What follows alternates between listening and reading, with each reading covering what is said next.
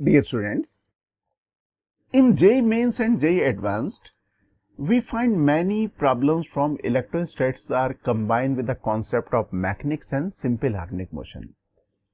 If you are targeting for good rank, that practice of the mixed concept based problem is must. Through coming illustration, we will learn the application of the concept of electric field, rotational dynamics and SHM. So let us move to illustration. This illustration says a uniform non-conducting rod of mass small m, length small l, half of the rod has charge density lambda and other half has charge density minus lambda as shown in the adjacent figure. The rod is hinged at midpoint at origin so that it can rotate in horizontal plane without friction. आप यहाँ diagram में देख सकते हो, this is the rod under consideration. इस rod की length है small L. Middle पे हमने यहाँ पे हिंज किया हुआ, that means this rod can rotate about an axis passing through O. O से पास हो रही होगी और perpendicular to the plane of X Y plane होगी. दैट मीन्स जो एक्सिस ऑफ रोटेशन है वो जेड एक्सिस के पैरेलल है.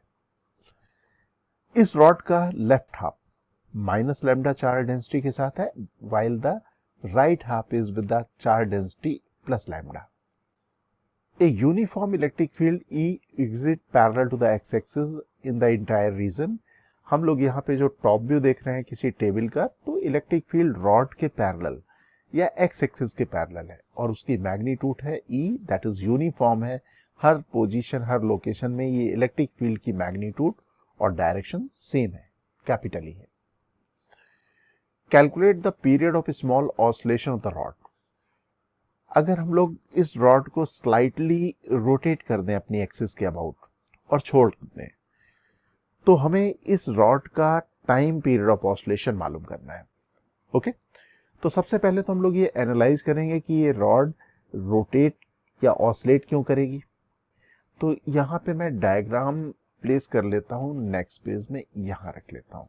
This is the diagram. This part is having charge density minus lambda, this part is having charge density plus lambda. Length same है, charge density की magnitude same है, तो यहाँ पे चार्ज अगर माइनस क्यू होगा तो सर्टेनली हम लोग कह सकते हैं यहाँ पे चार्ज प्लस क्यू होगा.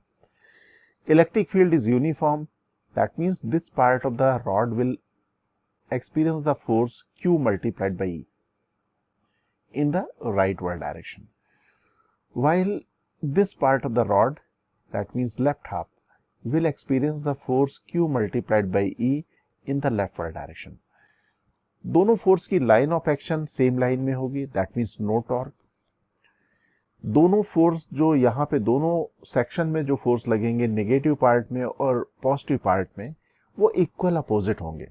That means this rod is translational equilibrium as well as in rotational equilibrium. ये रॉड हमारी ट्रांसलेशनल इक्विलिब्रियम के साथ साथ रोटेशनल इक्विलिब्रियम में है. तो अभी हम लोग कह सकते हैं कि इस पोजीशन में हमारी रॉड इक्विलिब्रियम में है. अब ये इस पॉइंट के अबाउट, इस पॉइंट से जाने वाली एक्सिस के अबाउट रोटेट कर सकती है. So let us displace the rod by small angle theta. इसको मैं सपोज रोटेट करता हूं काउंटर क्लॉकवाइज डायरेक्शन में theta angle. Theta is a small angle. तो सपोज मैंने इसको रोटेट कर दिया, मैं यहाँ पे रोटेट करता हूं, ऐसे आ गया. अगर इस सिचुएशन में हमारी रॉड आ जाएगी तो देखते हैं क्या होगा. जैसा हम लोगों ने डिस्कस किया था कि चार्ज की मैग्नीट्यूड यहाँ पे और यहाँ पे सेम रहेगी, यहाँ पे प्लस क्यू और यहाँ पे minus Q, because length same है, लीनियर चार्ज डेंसिटी की वैल्यू सेम है, तो क्यू और माइनस क्यू. इस पार्ट में फोर्स लगेगा Q multiplied by E, electric field is uniform, और इस पार्ट में फोर्स लगेगा Q multiplied by E, that is in the leftward direction. That means net force parallel to the XY plane. हम लोग x axis के parallel direction की बात करें तो net force acting on the rod is equal to 0 plus QE और ये minus QE इस डायरेक्शन में. तो नेट फोर्स तो यहाँ पे 0 हो गया, लेकिन लाइन ऑफ एक्शन यहाँ पे फोर्सेस की देख सकते हैं ये डिफर कर रही हैं. अगर लाइन ऑफ एक्शन यहाँ पे डिफर कर रही है, फोर्सेस सेम है, तो यहाँ पे एक कपल फॉर्म होगा. अगर कपल फॉर्म होगा तो ये टॉर्क क्रिएट करेगा. और यहाँ पे हमने इसे रोटेट किया हुआ है इस सेंस में, ये हमारा काउंटर क्लॉकवाइज सेंस में, और you can observe the sense of the couple is in clockwise sense. तो डिस्प्लेसमेंट, एंगुलर डिस्प्लेसमेंट का सेंस है काउंटर क्लॉकवाइज, और रिस्टोरिंग टॉर्क जो इस कपल की वजह से आएगा, this will be in the clockwise sense. तो यहाँ पे ये जो रॉड है अपनी पोजीशन को रिस्टोर करने की कोशिश करेगी, that means again it will try to again the equilibrium position that is parallel to X axis. लेकिन जब यहाँ पे पहुंचेगी तो इसके पास एंगुलर वेलोसिटी हो जाएगी, तो ये इस साइड में आ जाएगी, कुछ ऐसे होगी। अब यहाँ पे एनर्जी कंजर्व रहेगी, तो जब ये इतने ही एंगुलर एम्पलीट्यूड में पहुंचेगी तो स्टॉप होगी, लेकिन फिर से कपल फॉर्म होना शुरू हो जाएगा, टॉर्क लगना शुरू हो जाएगा, इसका रोटेशन या इसका ऑसिलेशन मेंटेन रहेगा, because there is no loss of energy. हम लोग जितनी भी कंडीशंस लेते हैं वो आइडियलिस्टिक कंडीशन लेते हैं, that is no loss of energy. तो अब यहाँ पे अगर हमें टाइम पीरियड ऑफ ऑसिलेशन मालूम करना है तो we need to find the torque, और टॉर्क अगर कैलकुलेट करना है तो हम लोग यहाँ पे देख सकते हैं कि यहाँ पे हमने हिंज किया हुआ है, तो एक छोटा सा एलिमेंट ले लेते हैं, यहाँ से x डिस्टेंस पे dx एलिमेंट ले लेते हैं, theta is the angle of rotation, तो मैंने x डिस्टेंस पे यहाँ पे dx एलिमेंट ले लिया। ये हमारे पास dx एलिमेंट जो लिया हुआ है, सपोज इसका चार्ज हमारे पास है dq। This part is positive. अगर ये पार्ट पॉजिटिव है तो इलेक्ट्रिक फील्ड है राइट वर्ल्ड डायरेक्शन में, that means this element will experience force in the right world direction. ये राइट वर्ल्ड डायरेक्शन में फोर्स एक्सपीरियंस करेगा, और इस फोर्स की वैल्यू df लिख लेते हैं। सिमिलरली अगर हम लोग यहाँ पे इसके इस साइड में देखें, इतनी ही डिस्टेंस पे, x डिस्टेंस पे एलिमेंट ले लें हम लोग, यहाँ पे suppose dx element, same length का एलिमेंट ले लें, लेकिन यहाँ पे चार्ज नेगेटिव होगा, ये एलिमेंट ले लिया, तो this element will experience force in the left world direction, और इतना ही फोर्स एक्सपीरियंस करेगा, तो df बना लिया। You can observe here couple.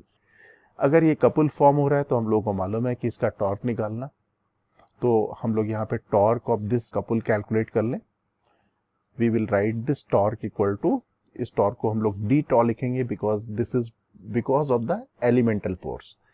तो this torque d tau equal to df multiplied by lever arm. Lever arm is small l। अब df की value, df this force, df is equal to dq multiplied by e, charge of this element multiplied by electric field applied, external electric field, और ये dq की value हो जाएगी linear charge density multiplied by length of this element, that means dq is equal to lambda multiplied by dx, और इसको e से multiply कर देंगे तो df की वैल्यू आ जाएगी। अब बात करते हैं lever arm, small l। Small l lever arm का मतलब होता है जो कपल फॉर्म कर रहे हैं फोर्सेस, उनके बीच की डिस्टेंस, परपेंडिकुलर डिस्टेंस। तो यहाँ सपोज मैंने लाइन ड्रॉ कर ली, we know this angle will be theta, और ये हमारे पास हो जाएगा लीवर आर्म। ये सपोज मैंने थीटा लिखा है तो ये भी थीटा होगा, तो this will be the lever arm. और यहाँ पे अगर मैं रॉड की बात करूं, इतने सेक्शन की बात करूं, तो ये x है, this is also x, that means यहाँ से लेके यहाँ तक की लेंथ है 2x, and this angle is theta, that means we can find this length small l through trigonometry, and this will be equal to 2x multiplied by sine theta. तो यहाँ पे मैं इस लेंथ को लिख देता हूँ 2x multiplied by sine theta. तो ये तो बात हो गई लीवर आर्म की, तो यहाँ पे मैं वैल्यू रख देता हूँ, ये हो जाएगी df equal to lambda multiplied by dx multiplied by e, and this small l is equal to 2x multiplied by sine theta. ये वैल्यू आ गई। ओके, अब टोटल टॉर्क कैलकुलेट कर लें। टोटल टॉर्क जितने भी हमारे पास यहाँ पे एलिमेंट होंगे उनके करस्पॉन्डिंग होगा, सबका सम कर देंगे हम लोग। यहाँ पे अगर इंटीग्रल लें, हम लोग यहाँ पे देख सकते हैं कि टॉर्क इस एलिमेंट का है क्लॉकवाइज सेंस पे, तो जितने भी एलिमेंट होंगे उनका टॉर्क होगा क्लॉकवाइज सेंस में, सेम टाइप से।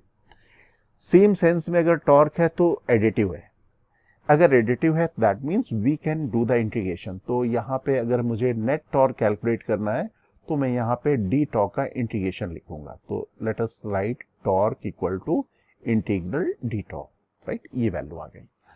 अब यहाँ पे डी टॉर्क का मुझे इंटीग्रेशन लिखना होगा, तो इंटीग्रेशन में मैं देख सकता हूँ यहाँ पे x है, dx है, लेकिन ये जो लैम्डा टर्म है, e टर्म है, ये कांस्टेंट है, और for given angle theta is also constant, इस पोजीशन के लिए थीटा की वैल्यू भी हमारे पास कांस्टेंट होगी, तो हम लोग यहाँ पे वैल्यू लिख देते हैं टॉर्क की। लेकिन एक्स की लिमिट के बारे में बात कर लें।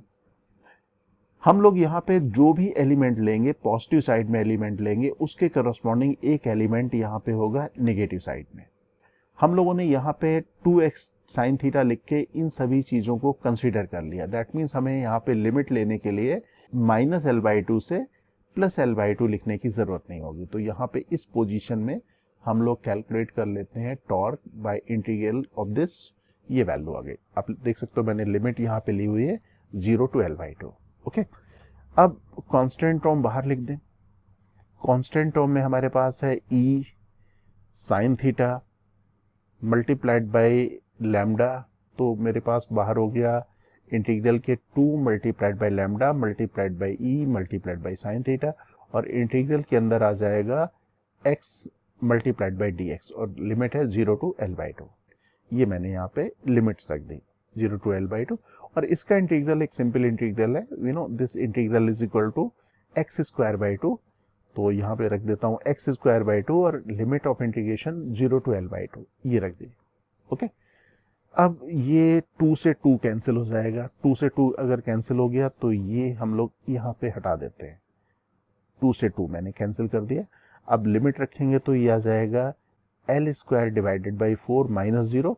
0 लिखने की जरूरत नहीं है, तो हम लोग यहाँ पे लिखेंगे lambda E multiplied by sine theta multiplied by L²/4। अब हमारे पास टॉर्क की वैल्यू आ गई। This torque equal to lambda E L² divided by 4 multiplied by sine theta. This is the torque at this position. यहाँ पे theta भी variable होगा, लेकिन हम लोगों ने जो टॉर्क कैलकुलेट किया हुआ है ये इस पोजीशन के लिए टॉर्क कैलकुलेट किया हुआ है। अब इस टॉर्क को मैं लिख लेता हूं नेक्स्ट पेज में। This is the torque under consideration. हम लोगों को मालूम है कि जब कभी भी हम लोग सिंपल हार्मोनिक मोशन में टाइम पीरियड ऑफ ऑसिलेशन या एंगुलर फ्रीक्वेंसी कैलकुलेट करते हैं तो we consider for the small amplitude, small displacement. तो यहाँ पे अगर हम लोगों ने इसको स्मॉल एंगुलर डिस्प्लेसमेंट दिया है, that means theta is small, so here we can write this theta sin theta is equal to theta, approximately equal to theta. तो अगर sin theta is approximately equal to theta, that means we can write torque is equal to lambda multiplied by E L² divided by 4 multiplied by theta, क्योंकि theta की value small है। Okay, अब यहाँ पे torque को हम लोग को मालूम है कि torque equal to I multiplied by alpha. This torque is equal to moment of inertia about the rotational axis multiplied by alpha, और रोटेशनल एक्सिस हमारे पास हो रही है मिडिल ऑफ द रॉड से। That means this value is equal to mL² divided by 12।